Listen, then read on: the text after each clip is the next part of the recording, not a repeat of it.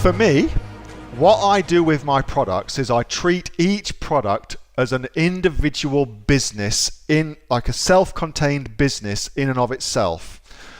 And the reason I do that is because it's very, very easy on Amazon to fall into the trap of clumping all your products together and taking the health of your business as a holistic whole instead of an individual parts. So before I started doing this, I would just clump the whole thing together. And what I found was there were some products, of course, that were doing much, much better than other products.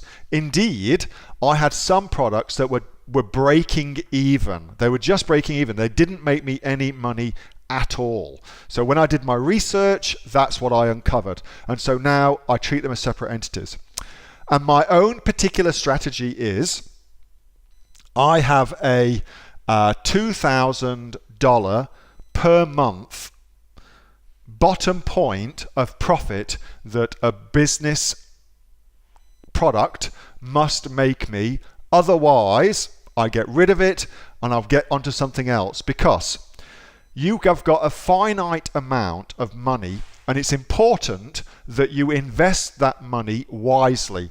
Just like a stock market where you've got lots and lots of different stocks that you can invest in. It's the same on Amazon. You've got lots and lots of different products that you can invest in. So you want to invest in the products that get you a good rate of return, a good ROI. And of course, all products are going to give you a different ROI.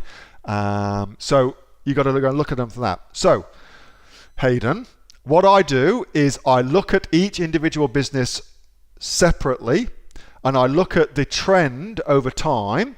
And if I see the profits of that business dropping, I mean, I do this pretty much every week, but if I see if the sales of the thing dropping, then I go look at a few different things. You can instantly see if you've got more competitors coming onto that listing. So it might be that you've got new competitors and you need to relaunch your product or something like that. Or it could be like a fidget spinner, for instance, that you're just at the tail end of the trend and it's dropping off. Or it could be a seasonal product and you're just in a seasonal low, getting ready for a seasonal high. So there's a lot of different factors to take into consideration, Hayden. But the most important message for this is treat each product as a standalone business and make it work optimally based on your own particular criteria of what is acceptable for you from a profit point of view. For me, it's $2,000 a month profit.